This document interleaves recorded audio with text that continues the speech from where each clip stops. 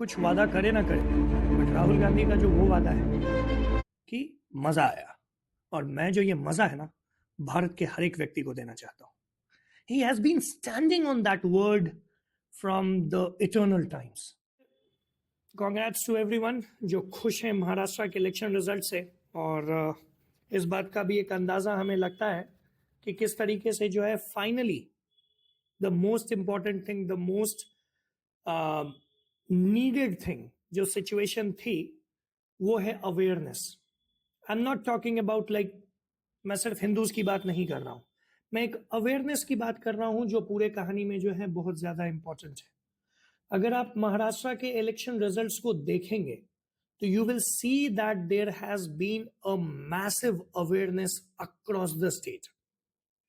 Maharashtra is region wise one of the largest states of India, or Maharashtra has always been divided for some reason into uh, different parts due to n number of different reasons. But अभी जिस तरीके का हमें ये जो पूरा ये orange orange होता हुआ दिख रहा है, that's because people are becoming more aware. और पूरे कहानी में इसी चीज की जरूरत है, अवेयरनेस की. अवेयरनेस की क्यों मैं बात कर रहा हूं, आप देखो ये जो ऑल इंडिया मजलिसे इत्तिहादुल मुस्लिमीन AIM जैसी पार्टी है, जो महाराष्ट्र के इलेक्शंस में भी जाके वो 15 मिनट वाला मजाक कर रहे थे, उनको वहां कर के लोगों ने जो है जूता मार के उसका जवाब दिया है. और जब मैं कहता हूं जूता मार के जवाब दिया, उसका यह मतलब है कि सिर्फ और सिर्फ मालेगांव सेंट्रल से एक विधायक AIM का जीता है. और the most shocking thing is कि मार्जिन सिर्फ 162 वोट्स का था.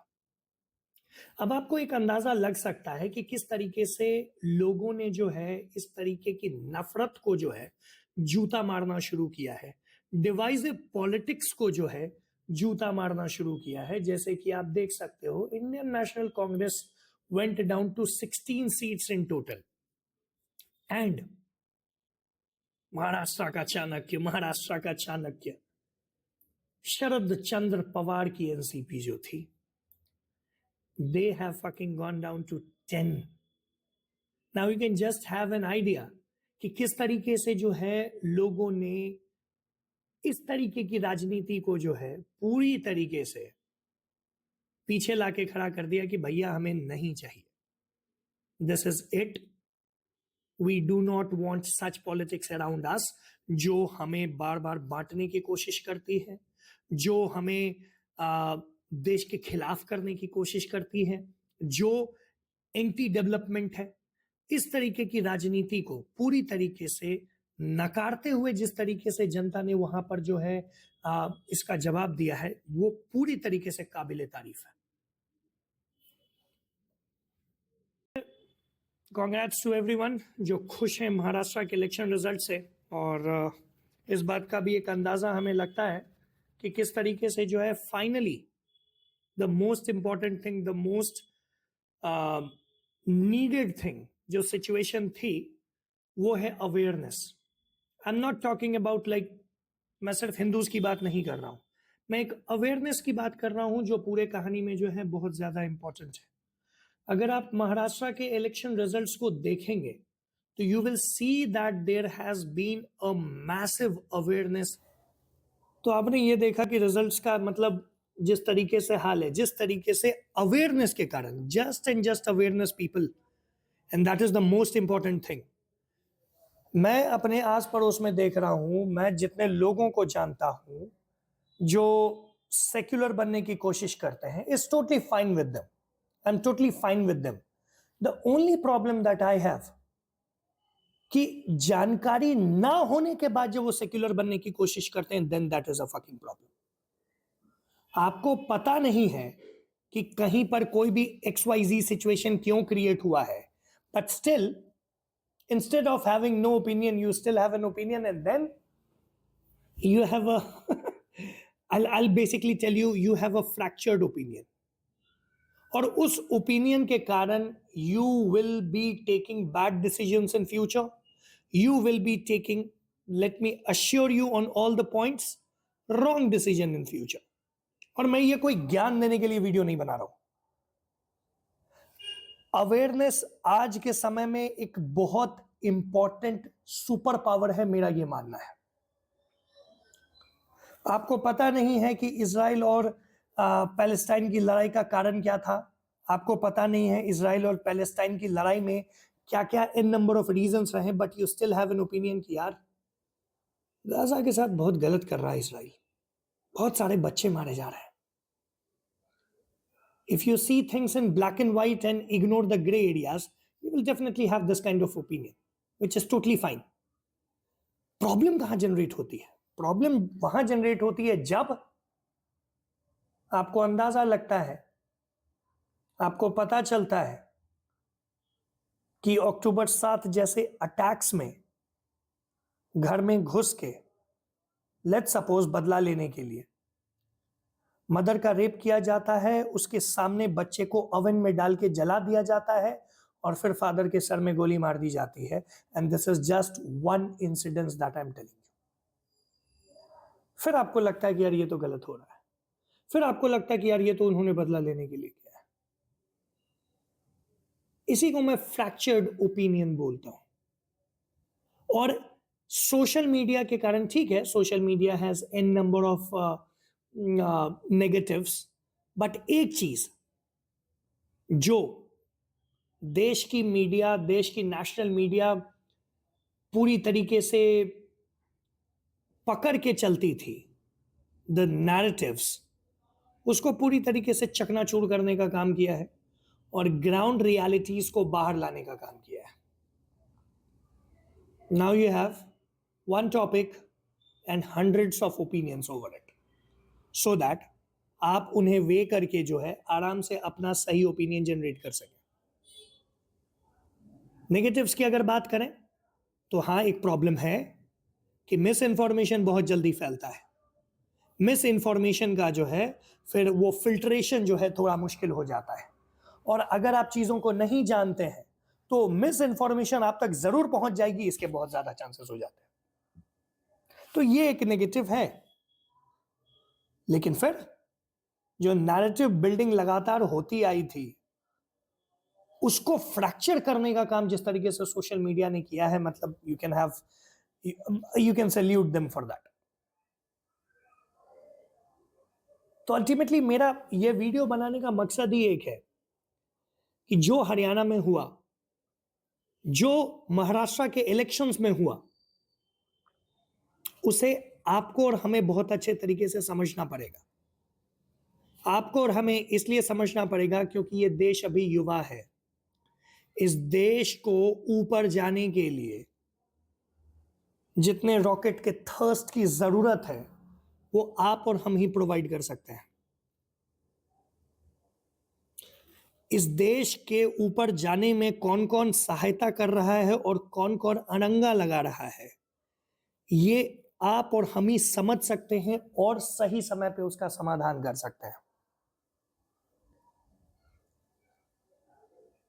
वर्ल्ड पॉलिटिक्स में इंडिया का इंपॉर्टेंट होना बहुत ज्यादा जरूरी है. वर्ल्ड पॉलिटिक्स में एक सेंटर स्टेज लेना इंडिया का बहुत ज्यादा जरूरी है. जरूरी इसलिए ताकि हमारे बढ़ने में किसी भी तरीके का कोई भी रुकावट ना क्रिएट हो. जरूरी इसलिए क्योंकि आपकी और हमारी तरक्की के लिए यह इंपॉर्टेंट है. जरूरी इसलिए क्योंकि आप और हम जियो और जीने दो पे भरोसा करते हैं, उसी हिसाब से अपनी जिंदगी जीते हैं, अपने आप से मतलब रखते हैं, अपनी देश की सुरक्षा, अपनी देश के बढ़ोतरी पर ध्यान देते हैं. जरूरी इसलिए क्योंकि हमारे बढ़ने से 4 लोगों का फायदा ही होगा. इस बात को हमेशा आपको और हमें ध्यान रखना पड़ेगा. जिस तरीके के मैंडेट्स हरियाणा के लोगों ने, महाराष्ट्र के लोगों ने दिया है, उसको जितना भी सराहा जाए उतना कम है. और जिस तरीके के सिचुएशंस देश में क्रिएट हो रहे हैं, उसको और अभी सही समय पर टैकल नहीं किया जाता है तो ये प्रॉब्लम आगे चल के बढ़ेगी ही. एक छोटा सा एग्जांपल मैं आपको देता हूं. अभी इजराइल और पैलेस्टाइन के कॉन्फ्लिक्ट में एक उनके बगल का देश है लेबनान, जहां से बहुत सारे जगहों से जो है हमला हो रहा था इजराइल के अंदर। इजराइल ने बहुत धैर्य रखा, लेकिन जब उसे लगा कि नहीं अब अति हो चुकी है, अब इसका समाधान, इसका सॉल्यूशन करना ही पड़ेगा, तो लेबनान को बिना रुके, बिना झुके लगातार मार रहा है इजराइल। अब यह कहानी मैं आपको क्यों बता रहा हूं? इजराइल की और लेबनान की कहानी में अगर एक चीज आप देखोगे तो ये पैलेस्टाइन का कॉन्फ्लिक्ट क्रिएट हुआ था, तो बहुत सारे पैलेस्टीनियंस लेबनान में घुस गए। लेबनान ने खुले हाथों से उनका जो है स्वागत किया और उनको रहने में मदद की, उनको खाना दिया, उनकी जो भी जरूरतें थी पूरा किया। लेबनान एक क्रिश्चियन स्टेट हुआ करता था, जहां पे मैक्सिमम जो भीड़ थी, जो पॉपुलेशन था, वो क्रिश्चियन था।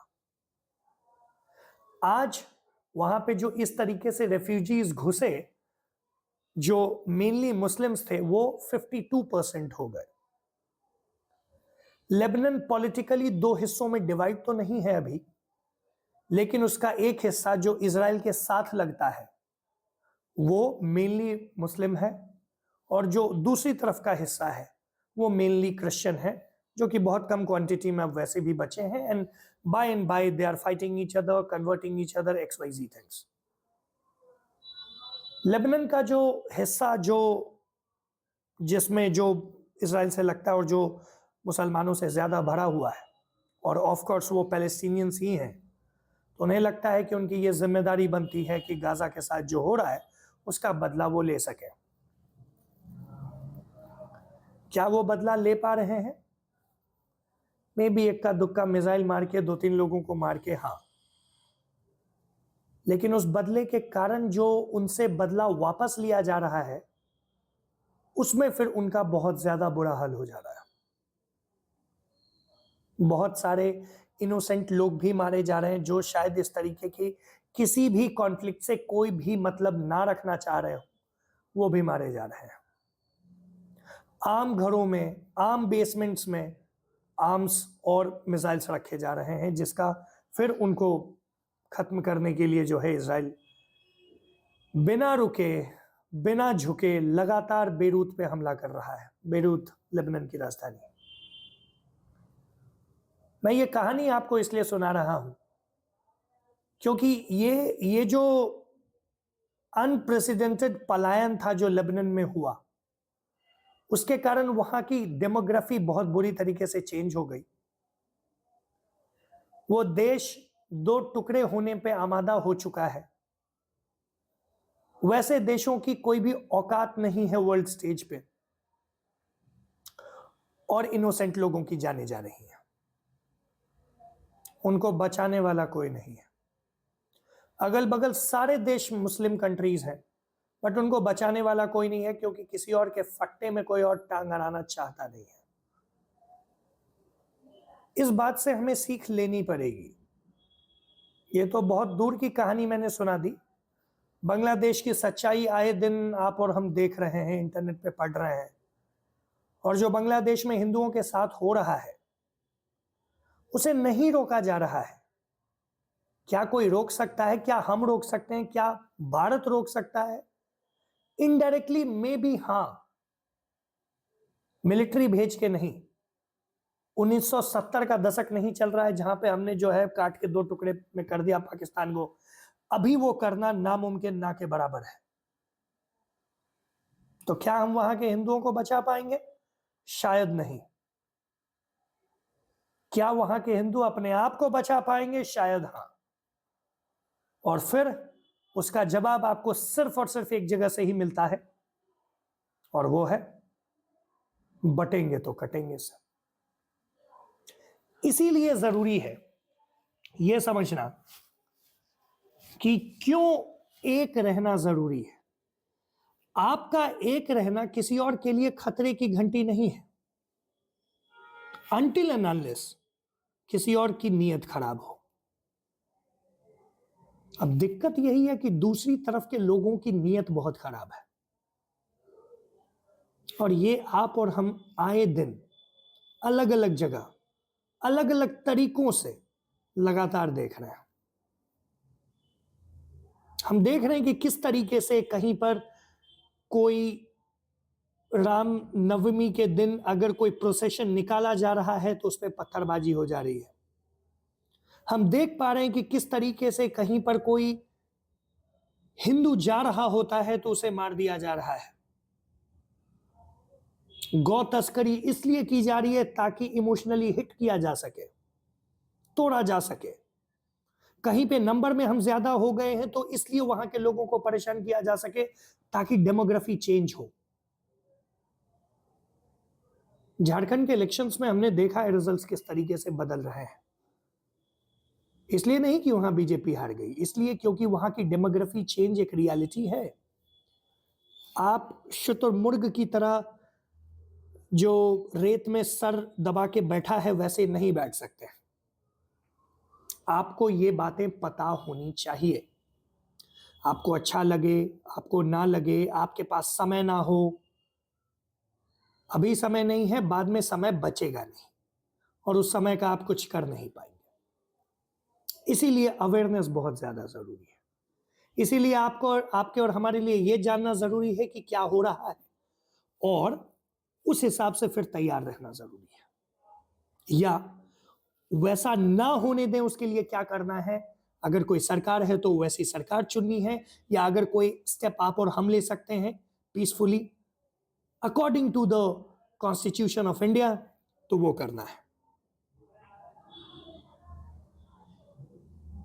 आपके मन में एक्सपेंशन हो ना हो, अगर दूसरी तरफ उस तरीके के मिजाज के लोग हैं तो रोकना तो पड़ेगा। एक पाकिस्तान तो दे दिया है, दोबारा वैसा मौका देना ही नहीं है। ये जो है हमारा मकसद होना चाहिए। जय हिंद।